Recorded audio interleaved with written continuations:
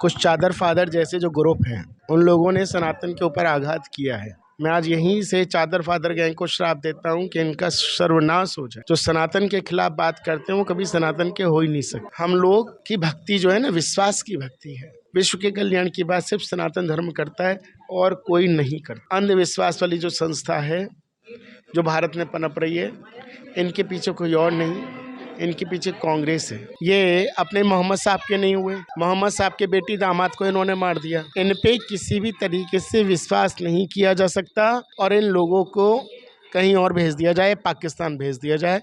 ये भारत में रहने लायक लोग नहीं हैं। गुरुजी, आपका सोशलिया में बहुत बहुत स्वागत है। बहुत बहुत धन्यवाद आपका। आप आए, आपने कवरेज किया, इसके लिए शुक्रिया करता हूँ। धन्यवाद। गुरुजी, आजकल बागेश्वर धाम चर्चा में बना हुआ है, तो उसके लिए मैं आपके विचार जानना चाहती हूँ। देखिए, कुछ चादर फादर जैसे जो ग्रुप हैं उन लोगों ने सनातन के ऊपर आघात किया है। आदरणीय धीरेन्द्र शास्त्री को हम अब से नहीं, पिछले 10 वर्षों से जानते हैं। वो सनातन धर्म के प्रति समर्पित हैं और हम उनका साथ करते हैं। और ये चादर फादर जो गैंग है, इसका सर्वनाश होगा। आज मेरा भागवत है, भागवत का आज चौथा दिन है। मैं आज यहीं से चादर फादर गैंग को श्राप देता हूँ कि इनका सर्वनाश हो जाए। जो सनातन के खिलाफ बात करते हैं वो कभी सनातन के हो ही नहीं सकते। धीरेन्द्र शास्त्री क्या गलत कर रहे हैं आप बताइए। जिस साइंटिस्ट ने उनके ऊपर आरोप प्रत्यारोप करे पूना में, उनको ये पता होना चाहिए। मैं उनके साथ डिबेट पे बैठा था तो उनकी बोलती चुप हो गई थी। माफ़ी चाहती हूँ, उन्होंने ये कहा है कि अंधविश्वास को बढ़ावा दिया जा रहा है। वो श्रद्धा अंधविश्वास उन्मूलन समिति के जो हैं, उन्होंने ही उनको एक तरह से चैलेंज दिया है। वही मैं बता रहा हूँ आपको, उन्होंने उनको चैलेंज तो कर दिया। आप ये बताइए, गंगा बह रही है, हमारा विश्वास है कि वो गंगा माँ, इसलिए हम कहते हैं कि मानो तो मैं गंगा माँ हूँ, ना मानो तो बहता पानी। अब जिनको नहीं मानना वो तो उसे पानी मानेंगे, लेकिन हम उसे गंगा मानते हैं। और हमारे व्यास जी ने जिन पुराणों की रचना की है, गलत तो नहीं करी। सारा उसमें बताया गया है कौन किसके पुत्र, कौन क्या पूरा इतिहास है और अब का नहीं है, लाखों वर्ष पुराना है। अच्छा, अब ये कहते हैं कि अंधविश्वास, उनकी बात करें, क्या साइंस क्या है? हम अंधविश्वास की अगर बात करें तो जो सूर्य है, उस सूर्य की दूरी भगवान हनुमान जी महाराज जी ने तब दूर तय कर ली थी जब ये साइंस तो था ही नहीं। जुग सहस्त्र योजन पर भानु, लिल्यो ताही मधुर फल जानू। जब सूर्य की दूरी हनुमान जी ने पहले तय कर ली तो ये कौन, ये हैं कौन साइंटिस्ट लोग? ये वो लोग हैं जो अनगढ़ बातें करते हैं, जो अपने आप को प्रचार प्रसार करना चाहते हैं। कौन जानता था? हम तो पहली बार सुने ये कौन सी संस्था उन्मूलन और ये अंधविश्वास वाली संस्था। ऐसी संस्थाओं को तो भारत से ख़त्म कर देना चाहिए। ये संस्था ये दावा करती है कि किसी भी तरह के अंधविश्वास, पाखंड, जादू टोना, इन सब चीज़ों को बढ़ावा नहीं देना चाहिए। और एक तरह से जो बागेश्वर धाम के लिए उन्होंने आरोप लगाया था, वो यही कहा गया था कि वो पाखंड को बढ़ावा देते हैं, चमत्कार के नाम पर लोगों को बरगलाते हैं, ये दावा किया गया। ये बताओ कि अगर हम मान लेते हैं चलो अंधविश्वास है, तो लोग क्यों जा रहे हैं? सही हो रहे हैं तभी तो जा रहे हैं। एक सही होगा तो 2 जाएंगे, 2 सही होंगे 4 जाएंगे, 4 सही हो रहे हैं 8 जाएंगे। लोग क्यों जा रहे हैं? लोग इतने पागल नहीं हैं भारत भूमि के कि अगर वो सही नहीं हो रहे हैं तो वो पागल हैं कि वो जाएंगे। लोगों को विश्वास है अपने सनातन के ऊपर, इसलिए लोग वहाँ जाते हैं, सही होते हैं।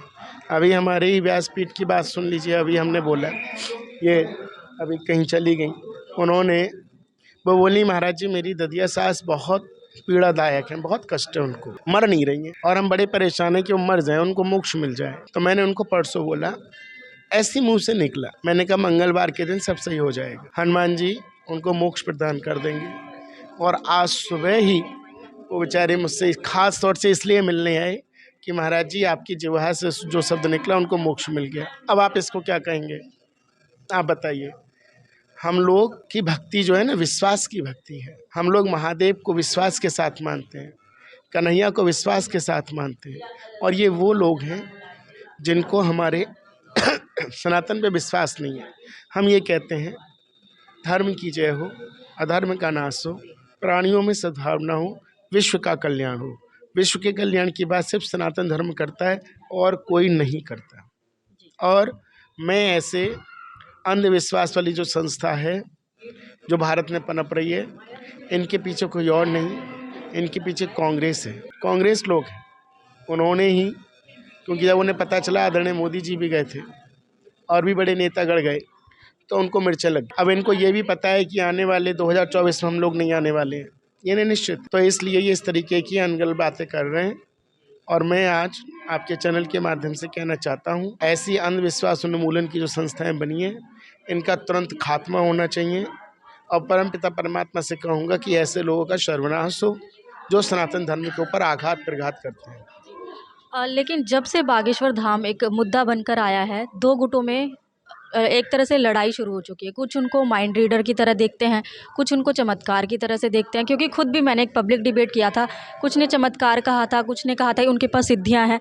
एक तरह से दो बंटवारे हो चुके हैं। बड़े बड़े चैनल्स में भी आप देख रहे हैं कि माइंड रीडिंग होता है, ये एक तरह से जो दिमाग को कंट्रोल भी किया जा सकता है, इस तरह की चीज़ें कही जा रही हैं। तो उसके लिए क्या आपका जवाब? देखो, ये सामने एक देवी जी खड़ी हैं, मैं इनके बारे में बताना चाहता हूँ। अभी 3 दिन पहले ये भक्ति में नृत्य करने लगी, और ये इतना नृत्य करने लगी कि ये बिल्कुल डूब गई ठाकुर जी के प्रेम में। और इनको नहीं पता था कि मुझे महाराज जी को बुलाना है, नहीं बुलाना, इनके मन में नहीं है, और होगा भी तो मुझे क्या पता। लेकिन ये नृत्य करके जब बैठी तो मैंने देखा कि ये तो भाव विभोर हो गई हैं, भगवान कृष्ण के प्रति समर्पण है। तो मेरे मन में ये आया कि ये ठाकुर जी मैं इनके घर जाऊं। मेरे मन में आया, मैंने इनकी फेस को पढ़ लिया, ये चाहती हैं। और आप विश्वास मानो, ये सुबह मुझे निमंत्रण देने पहुंच गई। तो अब इसको क्या कहोगे, पूछो। गुरुजी, अभी आजकल आपने सुना भी होगा, जमीयत ए हिंद सद्भावना मंच की शुरुआत की गई थी, और उसमें ये कहा गया था कि हिंदुस्तान में भाईचारे को बढ़ावा देना चाहिए। एक तरह से एक मुस्लिम कम्युनिटी, एक मुस्लिम जमीयत ए हिंद जो है, उन लोगों ने शुरुआत की है भाईचारा बढ़ाने की। तो आप किस भाईचारे की बात करते हैं, आप बताइए। ये कभी अपने हुए? ये अपने मोहम्मद साहब के नहीं हुए। मोहम्मद साहब के बेटी दामाद को इन्होंने मार दिया, पता होगा आपको, फातिमा। तो जब ये अपनों के ही नहीं हुए तो हमारे कहाँ से होंगे? हम कौन से भाईचारे की बात करें, आप बताइए। इन पे किसी भी तरीके से विश्वास नहीं किया जा सकता। ये लोग देश के लिए घातक हैं, और जितना जल्दी हो सके आने वाले 2024 तक भारत हिंदू राष्ट्र घोषित हो, और इन लोगों को कहीं और भेज दिया जाए, पाकिस्तान भेज दिया जाए। ये भारत में रहने लायक लोग नहीं हैं, क्योंकि ये भारत की कभी बात नहीं करते, खाते यहाँ हैं, गाते पाकिस्तान की हैं। तो जिसका गाते हो वहाँ जाओ। तो इसलिए इन लोगों को भारत में रहने की आवश्यकता नहीं है। और आपने जिस तरीके से प्रश्न किया है, ये एक ऐसा प्रश्न है जो इनको बुद्धि जगाने वाला है। इनको खुद पता होना चाहिए कि हम अपनों को नहीं हुए तो इनकी कैसे होंगे। और जो लोग भाईचारे की बात करते हैं, मैं तो सीधा कहता हूँ, हिंदू मुस्लिम सिख ईसाई ये कहते हैं आपस में सब भाई भाई। मैं कहता हूँ हिंदू हिंदू भाई भाई, और बाकी सब कसाई। जो हिंदू है वो भाई है, बाकी सब कसाई हैं। और इन कसाईयों से बचो, आंखें खोलो, सनातन धर्म के लिए समर्पित रहो, और जो सनातन धर्म पे आघात करे उसको मुंह तोड़ जवाब दो। ऐसा मैं आपके चैनल से कहना चाहता हूँ।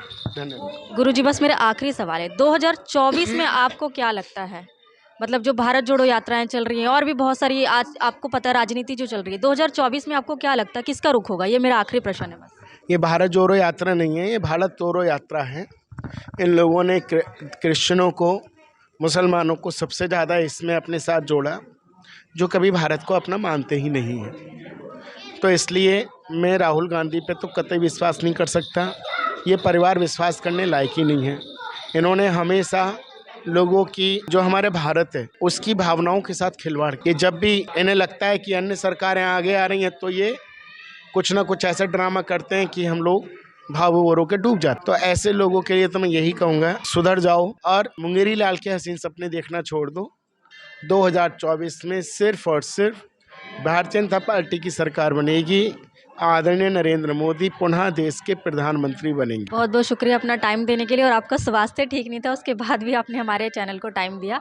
आशा करती हूँ बहुत जल्दी आपका स्वास्थ्य ठीक हो जाए और इसी तरह सनातन धर्म के लिए काम करें। धन्यवाद।